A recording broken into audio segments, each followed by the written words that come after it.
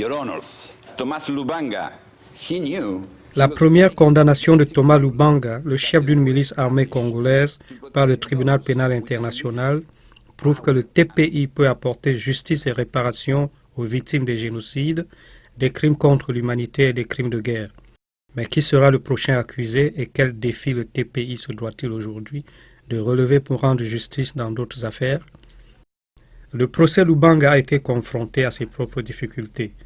Les allégations de crimes commis contre des civils, y compris de violences sexuelles à l'encontre de filles soldats, n'ont pas fait l'objet d'enquêtes approfondies, sans parler des 5 années qu'a duré cette affaire. En dépit cependant de la violence qui continue à régner en République démocratique du Congo, les activistes locaux restent confiants et estiment que ce verdict aura un impact positif sur le pays.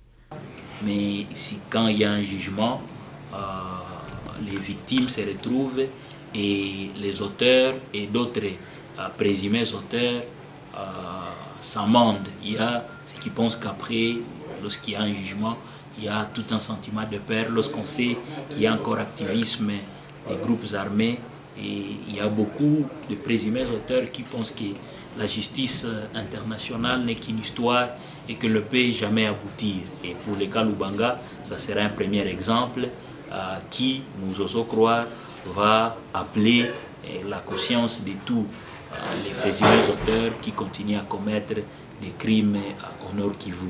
La violence continue à faire de nombreuses victimes, en particulier à l'est de la République démocratique du Congo, en province orientale, au nord et au sud Kivu. Et la population reste les grandes victimes de l'activisme de ces groupes armés, mais aussi des violations des droits de l'homme impliquant des éléments des forces armées congolaises.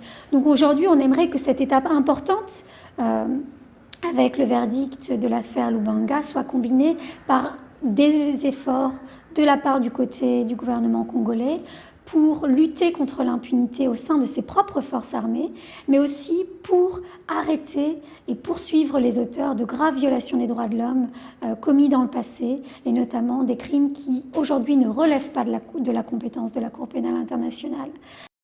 La défaillance des gouvernements empêche le tribunal pénal international de rendre justice dans de nombreux autres cas, d'autant plus que 11 suspects recherchés par le TPI sont toujours en fuite.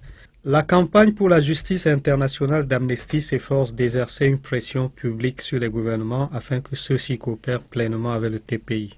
The biggest challenge to the International Criminal Court is politics, and we see this in the case of Joseph Kony. Of course, his story has been all over the internet, as we know, and yet despite opportunities to arrest him by the Ugandan, Central African Republic, and other places in Central Africa, he's not been arrested.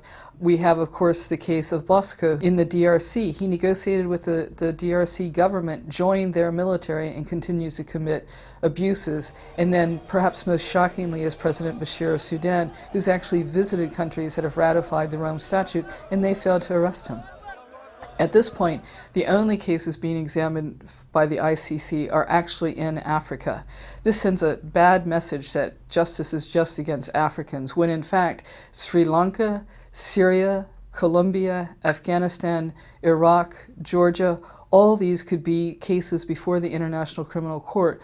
Toujours en fuite, Joseph Kony s'est retrouvé propulsé sur le devant de la scène récemment. Il est vital de maintenir cet élan si l'on veut que ce dernier soit arrêté aux côtés des autres chefs de l'armée de résistance du Seigneur. La seule inquiétude est que les autorités qui font ces arrestations ne commettent pas elles aussi de violations des droits humains à l'égard des civils ou des prisonniers comme cela a été le cas dans le passé. Amnesty International invite aujourd'hui les citoyens de tous les pays à écrire au secrétaire général des Nations Unies pour lui demander que l'ONU prenne des mesures efficaces pour protéger les civils et les personnes détenues lors des tentatives de capture de ces responsables. Pour participer à cette action ou pour vous informer de l'actualité du tribunal pénal international, veuillez visiter la page web de la campagne pour la justice internationale, la page Facebook de la campagne ou nous retrouver sur Twitter.